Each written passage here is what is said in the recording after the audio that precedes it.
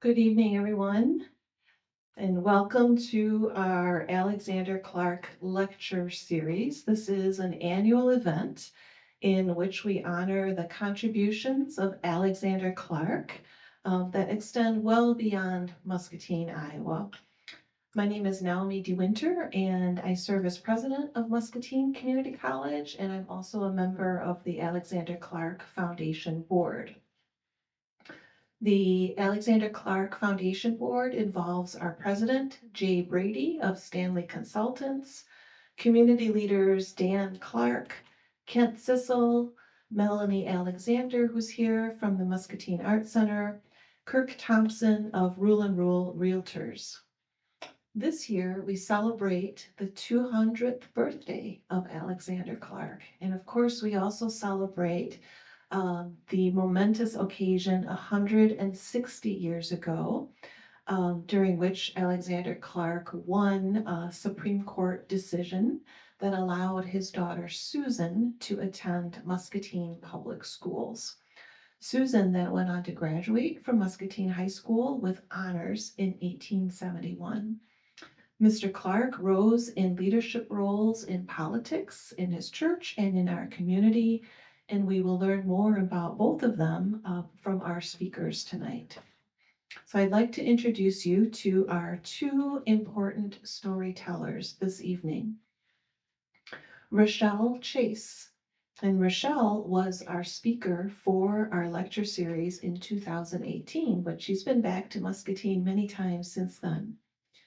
Rochelle is the author of Creating the Black Utopia of Buxton, Iowa, and Lost Buxton, which had just come out, I think, in 2018. I remember really enjoying that book, along with 6 fiction books and novellas, and has given more than 120 presentations about the amazing town of Buxton, and has appeared in more than 60 different occasions in news publications and on the radio, podcasts, and TV, both locally and nationally.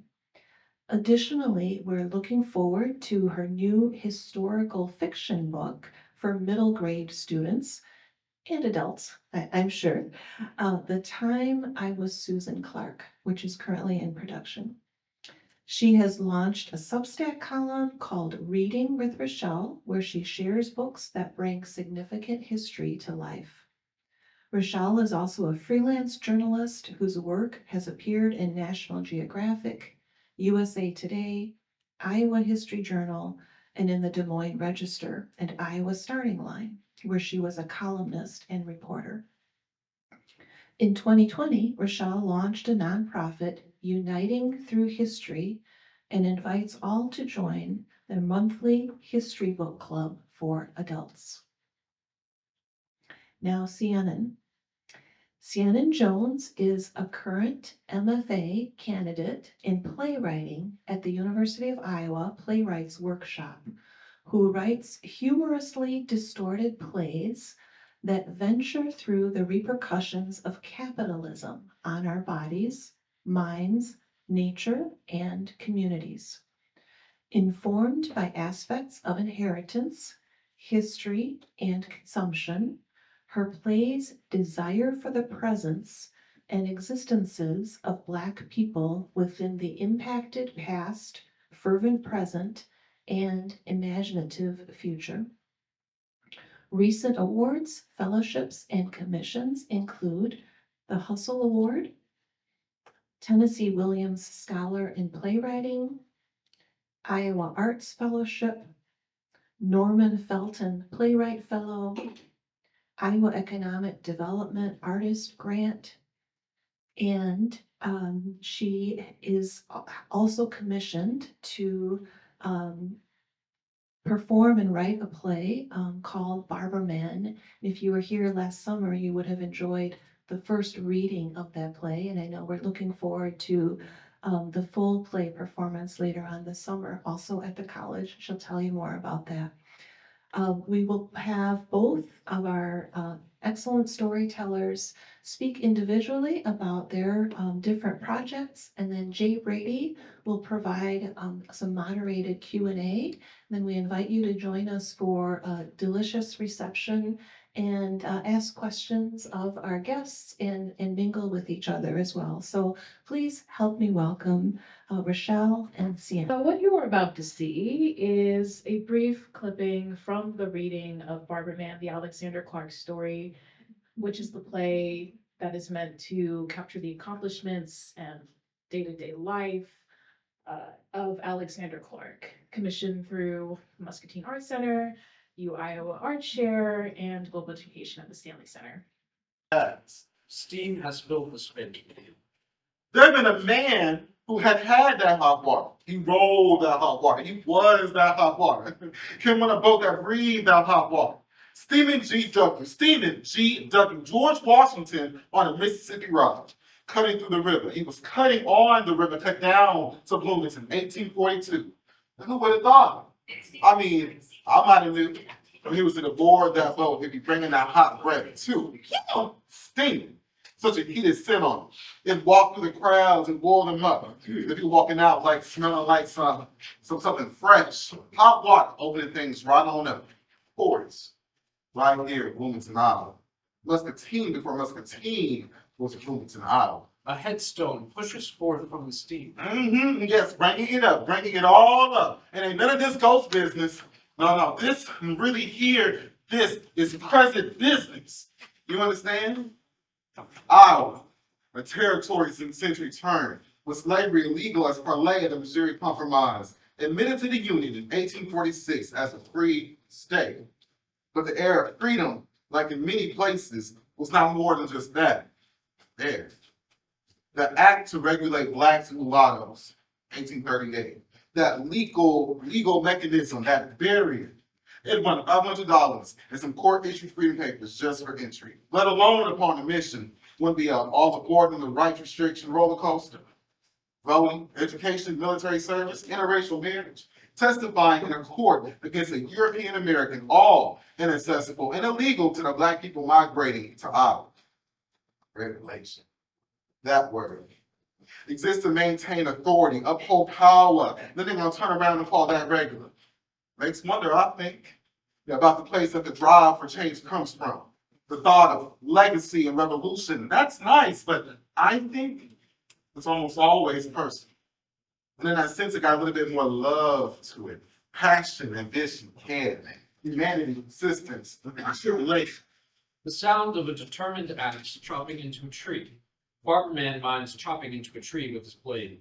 Do you feel it yet? It's all said and done now, and something's coming down. As the gravestone recedes, we hear a tree crash down. Light shift, transition. Mr. Borland's hotel lobby. Jim White swoops in the corner. Evening, sir. You need to be from out of town. Are you in need of a room? Might be. Well, I hope our accommodations fit you well. We have a nice spot down the first hall that's just been cleaned over. If you'd like, I'd be happy to show you. Agent stares down the sweeping Jim. In fact, Agent's sight has sustained upon him.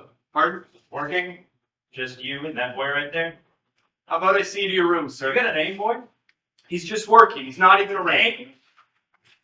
He's of no concern to me. Agent snatches Jim by the collar. Jim struggles. Let me see your face. Let me see your face. Let go of him right now, sir. Sir, stop. Agent throws Jim to the ground and draws his pistols. Tell me your name. Ain't Jim White? Jim White? Please. Agent kicks Jim hard in the stomach. Jim gasps. Send you to hospital? Dr. Mary said to arrest you when I find you, get you back to St. Louis, breathing or not. Just as Agent goes for the trigger, Mr. Borland tackles him. The guns fly from Agent's hands, sliding on the ground near to Jim. Mr. Borland and Agent rally hand to hand on the ground. Jim eyes the guns, the chaos. Mr. Borland sees Jim. Jim's reaching for him. Mr. Borland whops Agent hard in the face and pins him down. No, Jim. Mr. Clark's house. Now, go. Agent smacks Mr. Borland back. Jim scrambles up and takes off. Running like that, when you lock the pins on, and the kind of speed everyone might feel in a lifetime. This wasn't the first time Jim White ran like that. No. Jim bursts to a halt, banging and weeping on the ground. The clock! Mr. Clark! Alexander Clark rushes out in his night clothes. Jim White falls into him, pleading. They come for me. Alexander quickly ushers the shuddering Jim White inside. Transition to inside the wooden one-story Clark home. The distraught Jim is seated. Catherine aids Jim. Have some water. Miss Clark, they're gonna get me. Have a blanket. I don't know St. Louis. This is what I know. This is all I got. Oh, God. My head. Catherine drapes the blanket on Jim and helps him take a sip of water. Mr. Clark. Look at me, Jim. Those people will not take you. We're gonna get this right, okay? Catherine carries Jim's whole soul in her gaze. By means of his communal connections, Mr. Clark was able to get the agent who was after Jim arrested under kidnapping charges. Surprised? You must understand the man we're talking about here. See, Alexander Clark was respected by many of the Bloomington's peoples. Black, white, many.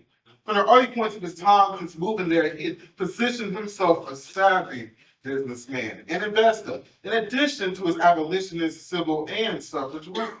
And by trade, since he was 13 years old, Mr. Clark was a well-trained, highly skilled barber. And trust, like recognizes like. The barber man does a barber trick.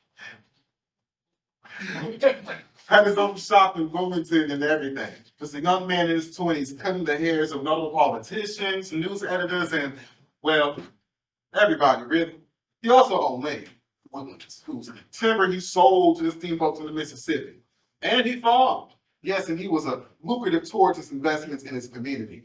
Alongside his wife, Catherine, and 32 other members, they founded the African Methodist Episcopal Church in 1849, which not only was headquartered on the property site Alexander co-purchased with a Mr. Benjamin Matthews only a year prior.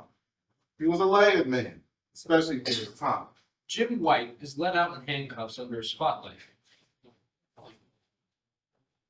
Yeah. When it all boils down, man that he was, Mr. Clark was still just that, a man. In the eyes of some, barely just that. Because of all the realms of liberty were unpredictable, to say the least. In the case of Jim White came something unpredictable, to say the least. Gavel. Jim White gasps as he is released from his cuffs. Alexander is there. Thank you, Mr. Clark. This means the world. And having you watching the proceedings of my fate, I'm sure you became the charm in this courtroom. Mr. White, if anyone is in here served as your charm, it was the Honorable D.C. Cloud. Surrendered by way of entry into a free state by the previous owner. Clever man. Yes. I gotta tell Mr. Boland. Oh, before you go, Jim, I want you to be aware of. Now, you've got the law on your side, but Sir, I know. Law ain't some physical thing to stop him from dragging me back to hell. I know. well, one of these days, maybe it will be. If we get all portions that uphold life, the actuality to allow us to live, then maybe, Mr. White, maybe. Jim exits. Alexander watches him go. DC Cloud passes Alexander. Justice Cloud, I don't believe we've met. Alexander Clark, I hope you realize the monument of your ruling here today. Just following the law as it was posed. It shames me how some of my fellow justices bend in such biased caveats of our legislature. Alexander Clark, you said? Might we be passably familiar? Yes. I'm acquainted with one of the lawyers of your firm, Mr. Henry O'Connor. Oh, yes, Henry. He's a hungry one. That's why we get along. It is true work on the part of many of us. I believe you among them for, at the very least, today. I was born free, Justice Cloud, but I'm not so removed. Like any other person of my constitution, I could be stolen away in the night by audacious yet highly protected claims on my life. It is a difference of mere miles as to whether I wear those chains. And as I'm sure you are aware, sir, the miles on the Mississippi travel quickly and question me. But today gives me hope in our lines of law and liberty, sir. And I treasure this feeling in that I was witness to avail and to. DC Cloud looks at him, really looks at him, and he sees something shiny. It's fantastic to meet you, Mr. Clark. And you, Justice Cloud. River waters wash out the scene and bring in a rumbling. The moving event that both Alexander and Jim White had in mind ended up being ignited almost immediately following the ruling. Southern sympathizers out of bounds with the law and took as a late trap for Jim White by way of false ride across the river to Chicago. Luckily for Jim, Mr. Clark had foresight, pretending to go along with the plan and meet those con transporters on the river with Mr. White. Mr. Clark and Mr. White went on the water in a pitch, low through the night, listening, watching for those con boatmen take their leave. And afterwards, Mr. Clark and Mr. White returned safely to Mr. Clark's home for rest. Catherine paces and stirs. Alexander and Jim enter. Catherine runs to hold Alexander. It didn't feel like a good night, but you're both safe. It's all right. My debt is all away. You two saved my life. Rest, Mr. White. Thank you. Thank you. Sometimes I think things won't ever get better. When I look at Jim White, I remember myself. Not that I could ever forget. You never forget what it feels like for your you to mean nothing. To be owned and handled, wrangled up, tied off and yanked back time after time by rope going up, chains going down. I can never shed that feeling, that purview of my childhood. Was this heart, these hands, my mind ever my own? And am I born to die as no I? I cannot remember myself, Alex. I do not remember if I am here before you today or an imagination of supposed then. Or am I just a stranger long kept beside you, hidden in this wooden house on free lands, who at any moment will forget how to drink a drop of water? I fear the poison of believing in relief, and all it in twist and confusion ingrained upon a child. A child. A child.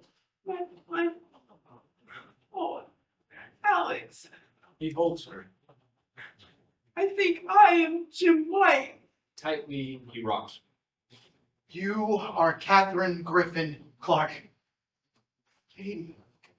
She is loved, and she is not enslaved. Hasn't been for a long time, and by my life will never be again. I couldn't breathe. I thought they were going to drown you. I know these waters. I could drown and come back knowing how to breathe air under. That clip. Now, some wonderful words from Rochelle Chase. Good evening. As Sian said, it's great for everybody to come out tonight. I, as Naomi said, have written a children's book, middle grade historical fiction book called The Time I Was Susan Clark. And it was in partnership with the Stanley Center for Peace and Security, and also the Community Foundation of Greater Muscatine, of which we have representation from both here tonight. Thank you. And I was really excited to write this book. I took a different approach in that hardly nothing is known about Susan Clark. And so since this was for young kids, I didn't really want to invent, pretend that I knew what her life was like or what she was like as a child, because I didn't want the readers to walk away thinking that that was the truth. So I wanted to create this fictional character that would then go back in time as Susan Clark, because that's something that has intrigued me about when I read books about the past. It's like, what was that day-to-day experience like, when you were back in 1867? So I took a young girl who happens to go to Susan Clark Junior High School, and I looked at, okay, in my mind, when I look at my nieces, I consider them a little spoiled with all the latest technology, and it's like they don't have to walk anywhere. It's like they have all these things that, of course, I didn't have, when I was younger. And I thought, okay, she has history forced down her throat. She doesn't appreciate that. She doesn't like school. What if we took this young girl and we took her back in time in 1867 as Susan Clark, so she can experience an existence that is totally different from hers, so that she can experience what life was like for Black people in that time period that's totally different from hers. So she can experience the hardships that people experienced in that time. And I wanted the readers to come along on that journey to experience this with her. So I'm going to read just an excerpt from, oh my goodness, I didn't bring readers. Let's see, I think I can do this. You just have to see the glasses down the tip of the nose. I wanted to start with, she's already been sent back in 1867, and she has spent her first night with the Jackson family, which she has discovered they are these history conductors. This is something that happens often where people go back in time to learn something that they're supposed to learn, and they don't know what that is, and then they return to the present. So she's there, and she's actually on her way to school with Henry, who is her history conductor. After a breakfast of eggs, fried potatoes, and thankfully no leftover possum and no pre or post breakfast chores, we left the house and walked down the street, though street was too kind of a word. I was used to unpaved gravel back roads, but these were 10 times worse. The small house was on a big hill, so first we had to walk down a bunch of rickety wooden stairs and bounce as I stepped on them. Behind me, Henry seemed to stomp down them, which caused him to bounce even more. I kept my eyes on the misshapen wood for fear of stepping wrong and falling through, which would then send my ridiculous skirt in the air, show my even more ridiculous drawl so everyone could see, and I'd probably twist my ankle from wearing these ridiculous shoes. And hurry up, Henry said behind me. I stepped off the last step onto the street. It must have rained the night before because the dirt had turned to mud and oozed under and around over my boots, making a sucking sound with each step. At the sound of kids laughing and shouting, I looked up and felt a wave of relief. The two-story brick school building was just a block away. I started walking in that direction. What are you doing? I turned to Henry. Well, isn't that the school? That's the white school. He hopped off the last step with a loud splat and turned in the opposite direction. I looked back and looked at the school, noticing what I'd missed the first time, that all the kids I could see were white. Even if I had noticed, it probably wouldn't have stopped me because there were lots of places we went to in Iowa where we were the only Black family. And then my mouth dropped open as reality hit. Henry hadn't met that like my cousin Kelvin did when he said, I ain't going to that white school. Kelvin had met he didn't want to go to a school where nobody looked like him and he wouldn't fit in. Henry meant that he couldn't go to that school, that only white kids could. It was 1867, which was 2 years after the Civil War ended, 2 years after slavery ended. Black people weren't allowed to learn to read, let alone going to school during slavery. In theory, slavery hadn't even existed in Iowa, but my dad had told me all about the white people. Had told me about white people from slave owning states bringing enslaved Blacks into Iowa and being allowed to keep them enslaved. I watched the white kids continue entering the building, suddenly glad we weren't going in. I was no Ruby Bridges, the 6-year-old Black girl in Louisiana who in 1960 passed exams given to her and 5 other Black kids meant to see if they were smart enough to go to the white school. Like Coretta, Ruby was fearless. With her mom and 4 federal marshals by her side, she walked into that school past angry white people screaming at her and spitting at her and calling her the N-word and other bad names every day for a year. Even Susan Clark couldn't attend the white school when they tried in 1868, or was that 1869? Nope, I couldn't do it. I was on the scaredy cat end of the fearless scale. Plus, all I had was Henry, who acted like he was a year or 2 younger than me, and even if he had been able to protect me, I'm sure he wouldn't have. He didn't even like me. Come on! I turned towards Henry, surprised to see he'd gotten nearly a block ahead of me. Wait up! I tried to run, but the mud sucked my shoes like quicksand. So where is your school? I asked, huffing and puffing when I finally caught up. 7th Street. 7th Street and what? Orange. Orange. That sounded familiar, but I couldn't place it. How far is that? It takes me, he shot an irritated look and started walking faster. About 20 minutes to walk.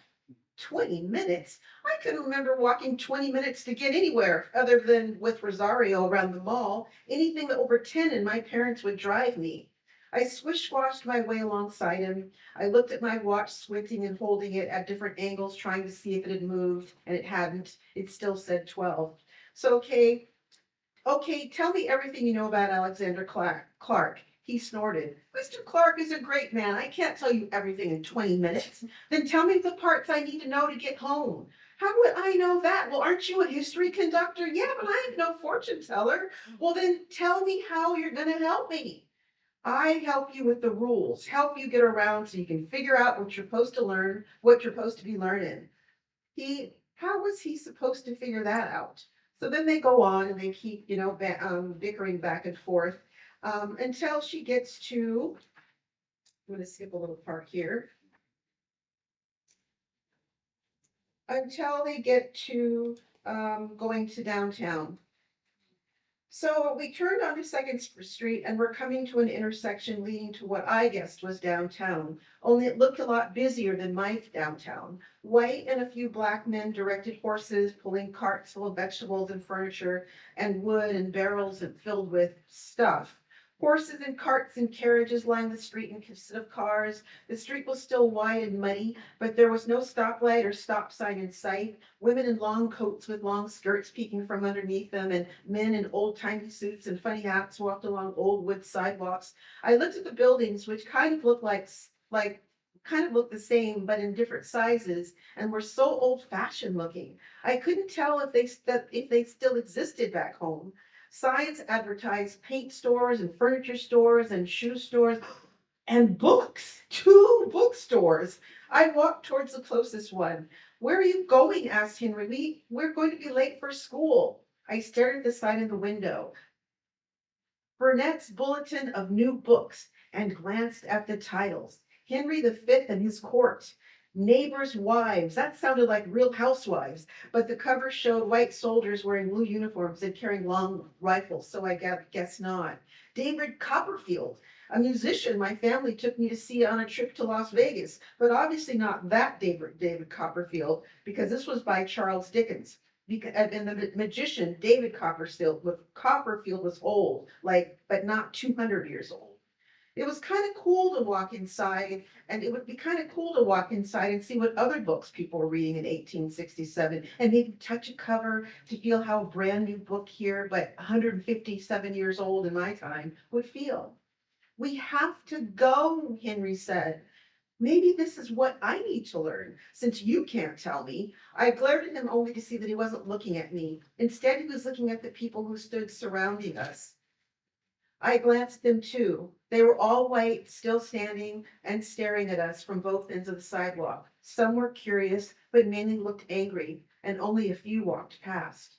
An image of Ruby Bridges, looking small and defenseless, flickered through my mind.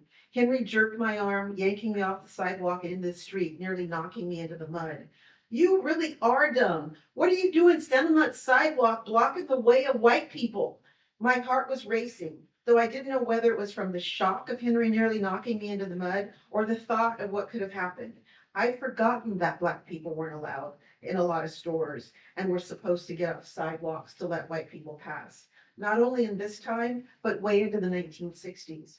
In the South, black people had been beaten or killed for not getting out of the way.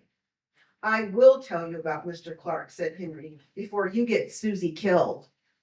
For this segment of the program, what we're going to do is just kind of have a dialogue up here that I'm going to host.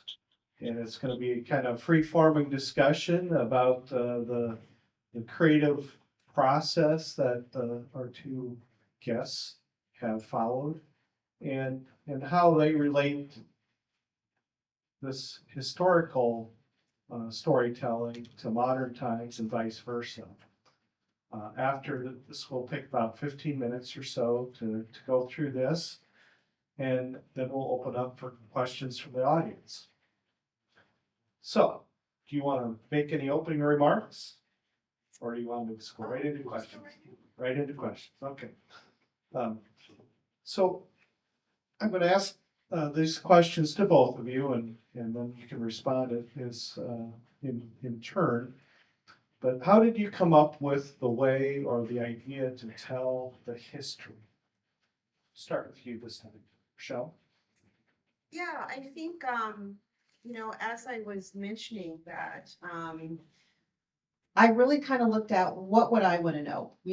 What would, because again, since there wasn't really much known about Susan Clark, if I were younger, what would really intrigue me? And so that is kind of the way I came up with that story was, well, I'd want to know what life was like then. I'd want to know, who were the Clarks. I'd want to know what the time period was like. What did people wear? What did they do? I'd want to know all of those things, but I'd want to know it in a way that felt natural. And then I also wanted to portray the history in a way that didn't feel like a history dump.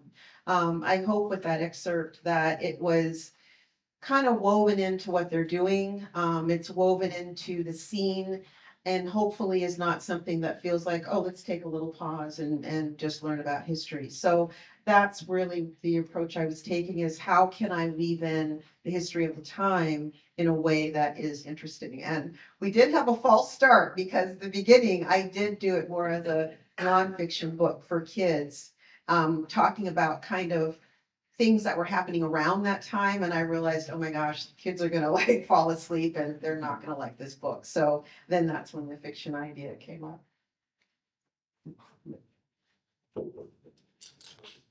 I would say for me, my choosing what history to highlight really came down to looking at the timeline of achievements and accomplishments of Clark, and then also his personal life timeline. So when he came to Bloomington, when Bloomington was renamed to Muscatine, when he married Katie, what all of those and how those two timelines interacted with one another. Because uh, it was between looking at an accomplishment of getting the first Iowa African infantry the Iowa African Industry First Descent. Oh goodness, I'm butchering the name of it. But and then connecting that back to what he was doing in his personal life as far as where he was in his community, where his family was, and just a lot of motivation of why, what would make someone so driven. I mean, I think aside from some of the obvious violences that were very real for Black people at this time, for him personally and for his family and for his immediate community, what were those motivations for him? What did they look like? And how can we connect those two timelines of the personal life into the life that exists beyond the self? Great. So you both use fictional characters, such as Lumberman and Tasha, to tell the story of the history. And I guess why did you decide to do that? We'll start with you this time. For me, I needed an entryway. I had a hard time, I think similarly to how you did with your first iteration of kind of a nonfiction approach. I very quickly ran into the fact that I'm like, oh yes, I am not a historian who has studied this deeply and intensely and passionately like a historian would. But how do I look at this passionately as a writer and a creator and an artist? So the entry point for that for me was this fictional character, Barber Man, someone who can relate to us in a modern sense, but also bridge that gap of history and remind us of how immediate and urgent history still is to our day to day.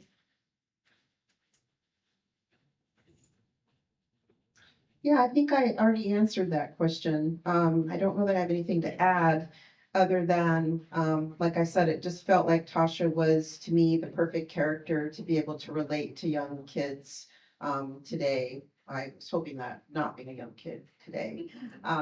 But yeah, I just felt like that would be the vehicle because again, I didn't want to make up things about Susie Clark. This is not one of the scripted questions, but I'm curious from both of you that you kind of talked about a false start or early draft that wasn't satisfactory, and then you shifted. And I guess how did you decide to do that? What made that transition to you? Did you have a reading with somebody? Did you have a confidant that you talked to that you're running your ideas by and they're like, no, that's not gonna work, or how did you come about that? Yeah, I think for me, I just felt that it wasn't working. I just thought, this is reading like a history book. It's interesting to me if I were reading, about the time period, because really, what I was doing is I was taking, like, for example, a scene of, there's a scene where we know that Susie Clark, as an adult, had been on a train. It was in the paper, and there was an accident, and she had actually helped to, save some people, or, help to save them. And I thought, okay, if I take that scene and I put it in context with what was happening at that time, and Black people being on the train, and so it became this, like I said, this kind of this history thing. And I thought, no kid is going to really be interested in this. And then, of course, I let Charlotte and Krista read it, and they very tactfully agreed that probably no kid was going to want to read this. And so I thought, well, would you be okay if we made this a fiction book? Because I am not feeling this. I'm not feeling it's going to resonate. And so, would you be okay with that? And thank goodness they were. I would echo, it's a lot of feeling. It's a lot of feeling and a lot of trying things and pivoting and trusting impulses. And also, I think for me and my creative process personally, I need a lot of time to just not necessarily actively write the thing, but be in more of an imaginative space of what it could be and explore those avenues in my mind. I remember a very early draft that I don't even think any of the people from like all of the commissioning parties ever saw was I titled it like "Of His Word" because he's the orator of the West. And I'm like, oh, this is gonna make so much sense. Made no sense, absolutely no sense. It wasn't working, and I just had to accept. I'm like, this is not the entry point. But when I find that entry point, then we can actually start to get some things turning. So yeah, I think a lot of trial and error is a very real part of that process, but also being open to trying things you might not expect yourself to do. Great. So how did you decide to include witch history in your work? And that's kind of a little bit what we've been talking about, but maybe you can elaborate on how you determined what historical scenes to bring into your story. Well, there were some obvious ones. Of course, I knew I had to include, Susan Clark going to the school and being turned away. I knew I had to include that.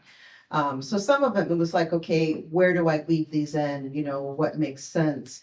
But then it was also, what can I find? Like, I was really excited because I had found, she goes back, I think September 8th in 1867, the day before Susie Clark goes to the white school and is turned away.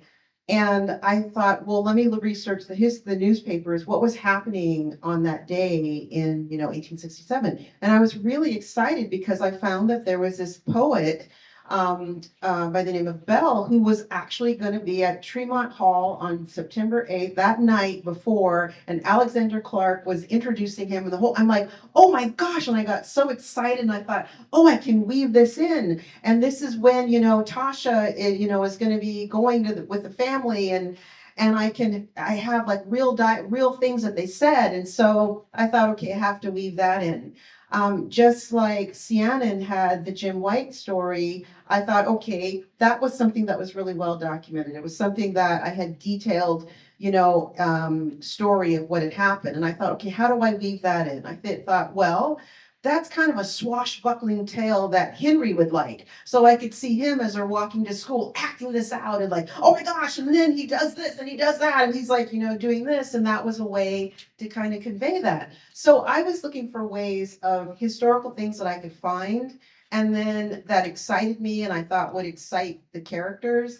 And then how do I really weave that into a story that makes sense? Again, being careful so it's not just feeling contrived or like this, like I said, history dump.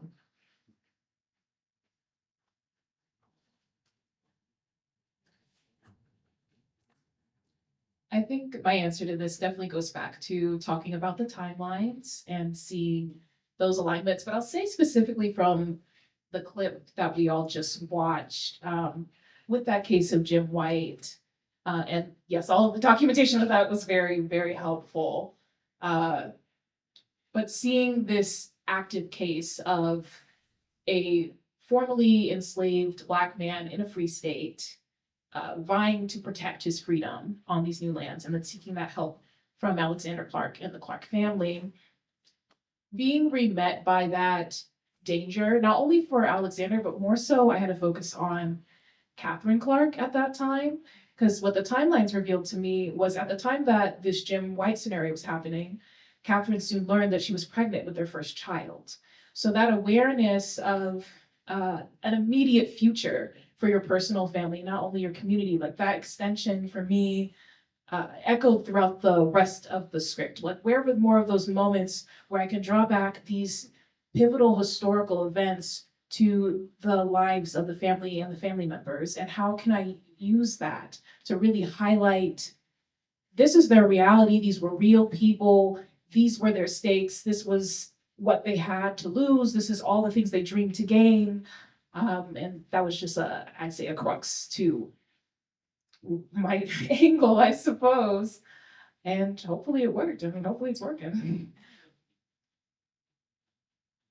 Right, in the interest of time, we're gonna take just a couple more and then we'll take Q&A. So, both of you give women, of which little is known, a prominent role in the story. Can you describe, your rationale and your thoughts behind that choice? Well, of course, I had to, it being Susie Clark, and it was something I wanted to do. And I also, I didn't want it to just be a woman or a girl, because I thought, well, I want boys to read this book as well. And so I thought that's where Henry came in. And then, well, Henry, history conductor idea, I loved that. Because it also sets it up, if I want to do another book, it's like, well, then there's a history conductors, this can be a kind of a thing.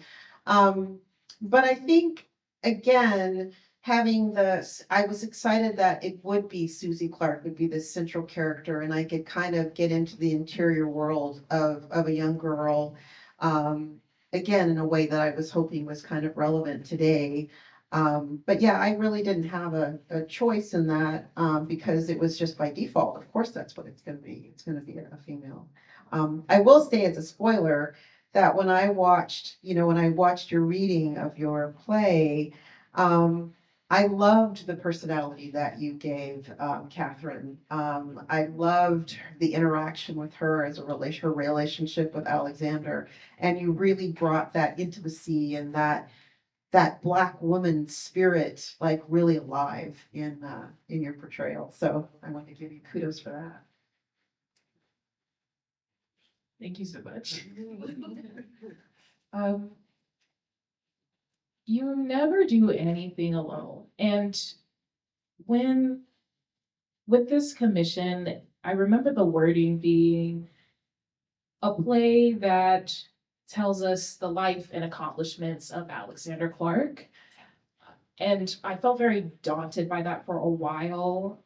And then I realized as I looked deeper and learned more about his personal life, there are so many women that must have had to have influenced him in so many ways. I mean, his mother, who was enslaved and who lived with them for a time, would be involved with the children's lives and his life, and would have so much history to tell, not only from her time of being enslaved, but even a time of maybe before she didn't live, but before that a family member back would have lived, and what time pre-enslavement is like, and what that what that aspiration used to be like, what it was to be like in a world where you weren't seen that way, and to have that context from your mother influence somebody like Alexander Clark, and then also to have further context like that from your wife to influence Alexander Clark, and to see that seep down, possibly, I mean, these were the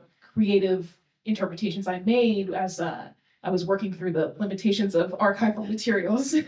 But assumedly how it could have influenced someone like Susie Clark and what she would go on to do and how she was able to have so much support. So it really comes down to what's the ecosystem of the people you're surrounded by? What are their strengths? Because they are just as important as the person that we end up talking about so much, like this Alexander Clark, this Alexander Clark. Yes. And also his entire family, his entire community, but most essentially the women in his life.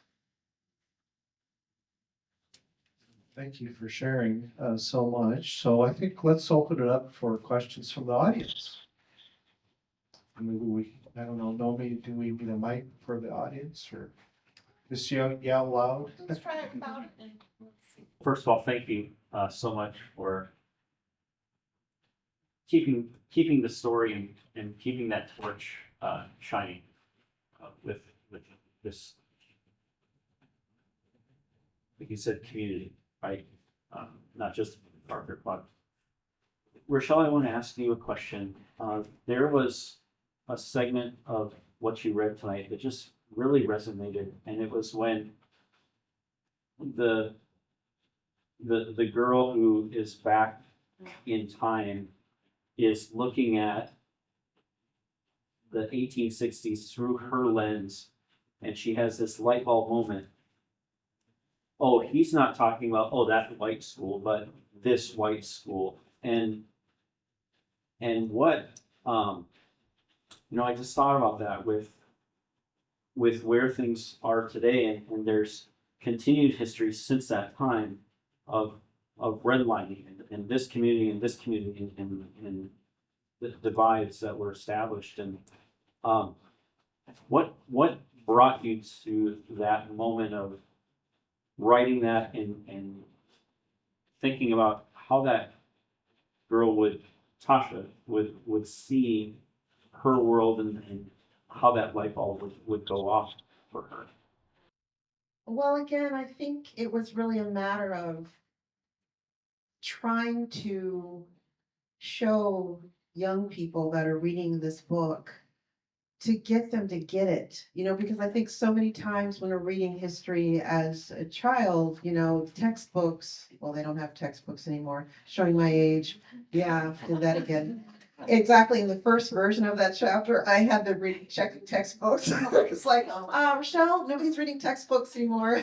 But anyway, I wanted it to, a lot of times when I thought back when I was reading books, I mean, I didn't really connect with it. It's like you're reading ancient history or reading whatever, and it's like, I don't know, you've read it, memorized it, took the test, that sort of thing. So I thought, I wanted it to be a way where kids could maybe connect to that and put themselves in that situation and make it real that I didn't think it would occur to someone, that, oh, I can't go. I mean, because you're so used to being able to go to school. And so it wouldn't occur to you that, oh, I can't go over there. So I think that's what I was trying to maintain, this sense of freshness, this sense of, oh, this is not my world. Oh, this isn't. And those constant reminders throughout, oh, this is different. Oh, so again, in a way that just felt like it was a discovery for the reader as well as Tasha. Does that answer your question? Yes, and it very much came across that way. Oh, good, Yeah. good. Thank you. Thank you. Curious, I've had the pleasure and honor to work with you both, but we don't often get to just talk about the experience that you've had. As you've researched to create your different ways of creatively telling the story, what was something that either you connected with or something that excited you, something that maybe was found in this process that you were happy that was found? I mean, a lot of things. It's oh, I do have one. There is a speech Alexander Clark gave at a convention. The year is slipping my mind. It was a convention in, I believe it was Des Moines, maybe. And that was like one of the, at least in this last year plus of researching, that I found of his words that he would have said transcribed on paper. on a page that we still have. And he had this title of Orator of the West. And I'm like, why don't we have any of his words if he was the Orator of the West? Oh my goodness. But so when I found that, I was like, oh, this has to be a build-up, an essential build-up in the script that has to be instilled into the structure of this story. Like that is so necessary, especially like when we talk about like the struggle of finding these records. To have had that, I was overjoyed.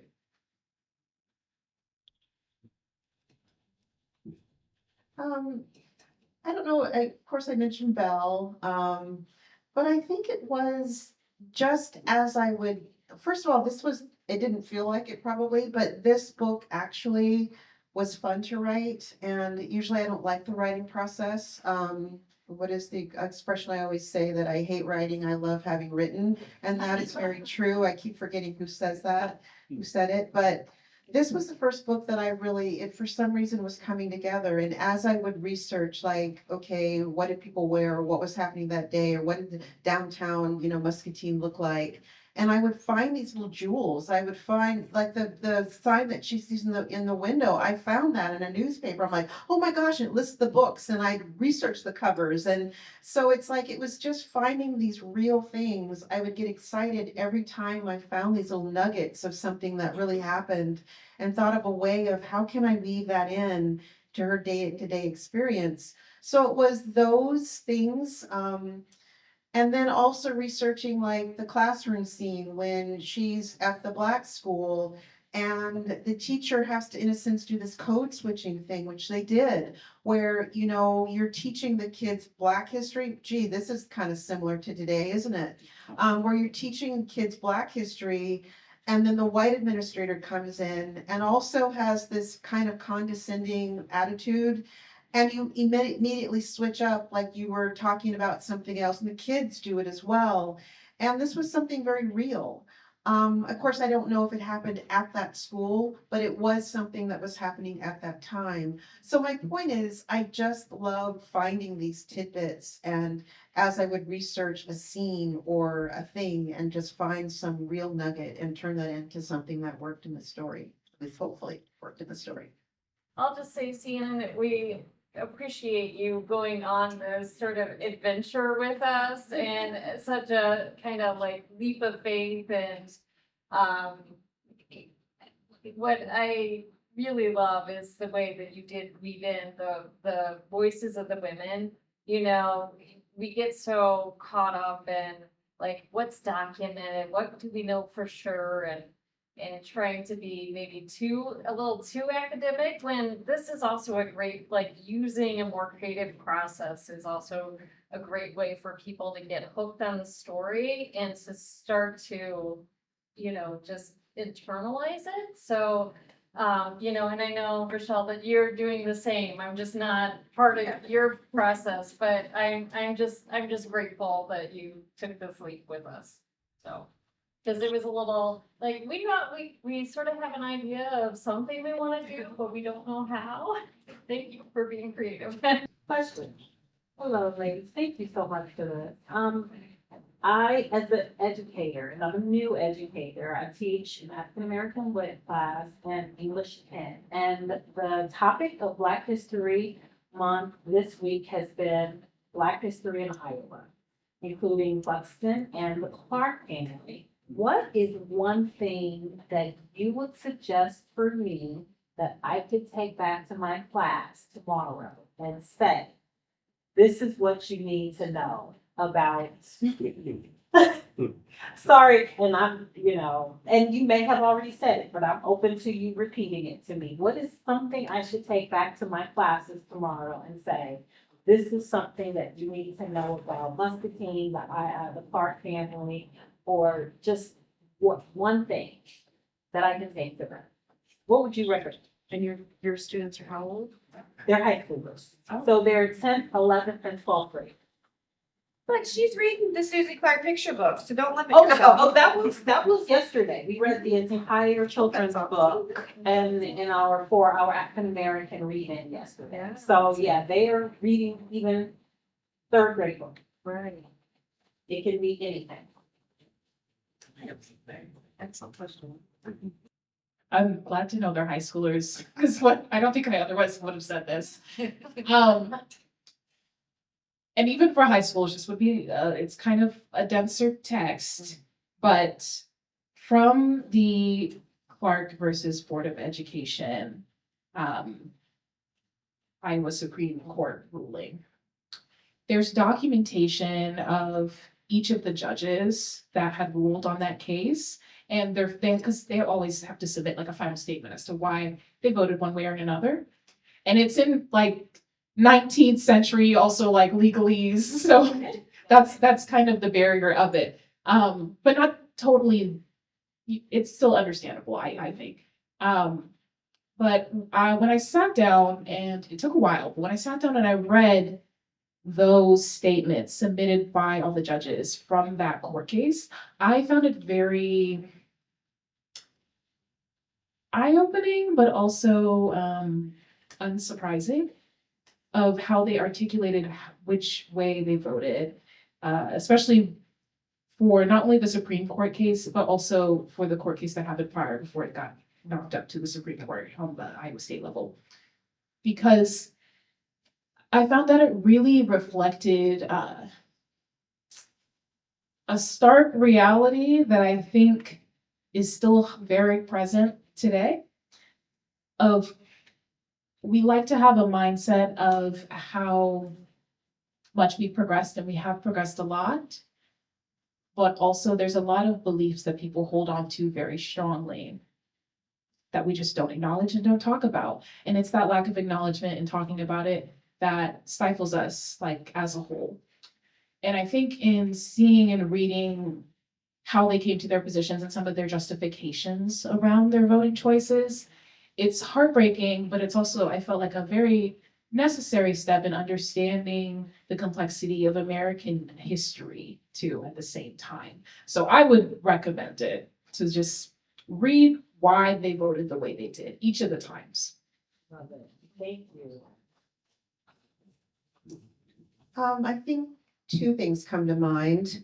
One is related to Buxton and one is related, or actually Muscatine, the town before Buxton, and one is related to Susan Clark. The Buxton one, it's actually very thick, unfortunately. There's a case, Cuts versus Coates, and it's online. And it was like in 1873. But it's a case where a lot of the Black miners that came from Virginia, they were able to come to Iowa and they were able to vote. And they were accusing these Black men of being bribed by white people to vote for this one candidate. So this other candidate was suing. But the actual transcripts where they interview all these Black men and they're asking them about, questions and such.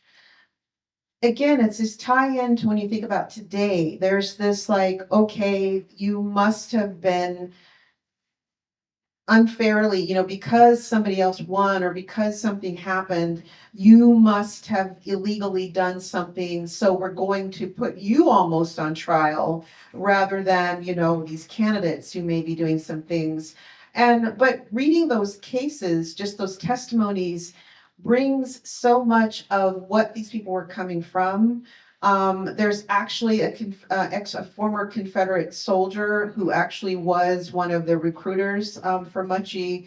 It kind of shows him coming and recruiting Black men. So it's like this case to me is just very fascinating to look at, like, okay, there's some tie-ins to today. That was the one there. Oh gosh, now I just lose the one for the Clarks.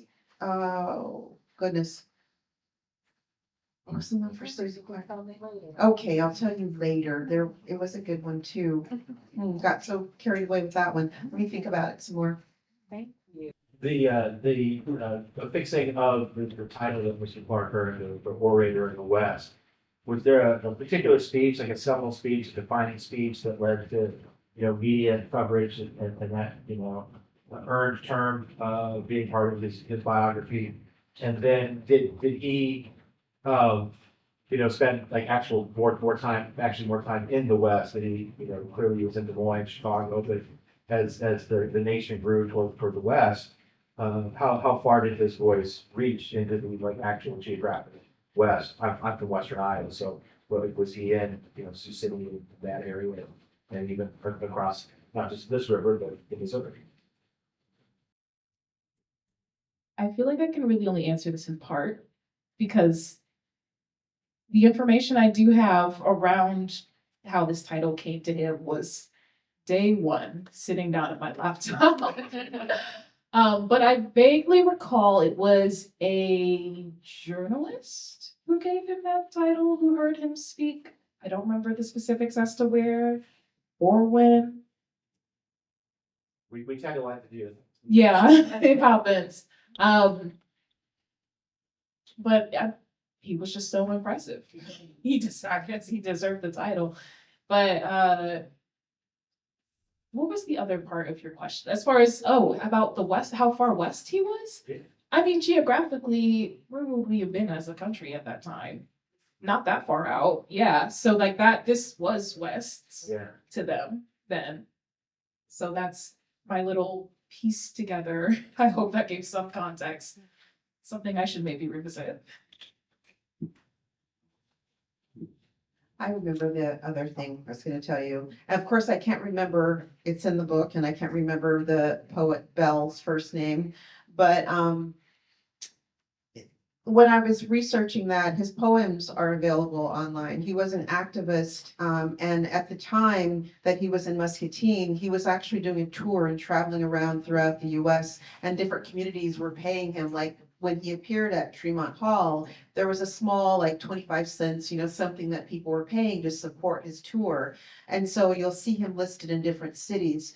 Well, if again, the tie-ins to today, if you read some of those poems, which in the book, the class does read one of them, they're political, where he's talking about the president, kind of the betrayal and, promises that are made and aren't kept. And again, it's like looking at those poems and looking at what was happening then and looking at, okay, these are still some of the same things that we're dealing with today. I think that's an interesting exercise as well, because they were very powerful. Thank you. That's great. My African American lit class, we do that all the time. Bring those things from the past. Yeah. And make connections to the present. Thank you. You're welcome. Okay, a question for the audience. You didn't know you had to participate, right?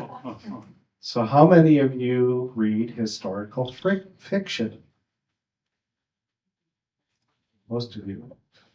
I think to me, that's what strikes me a lot about your storytelling. I'm a big reader of historical fiction. I did a lot of the facts and figures when I was growing up with those textbooks. But historical fiction brings history to life for me in a light, sometimes heavy, but interesting way, that just reading the facts and figures about the Romans conquering this city or that city is not as appealing to me. And I think that's the genius of your storytelling, is you're bringing these stories to life for us in a creative way. And when I watched the reading of the play last year, I was just so intrigued by the familial strings that you created with Catherine and Alexandra and the rest of the family, and the human interactions that we don't think about when we're reading about the facts and figures of Clark's life. And it's the same way with your book. I mean, I think that's genius. The historic conductor and having the pair of the two kids together like that's just great storytelling, because kids of all ages and genders can get right into it. So, but that's my perspective on it. So thank you so much.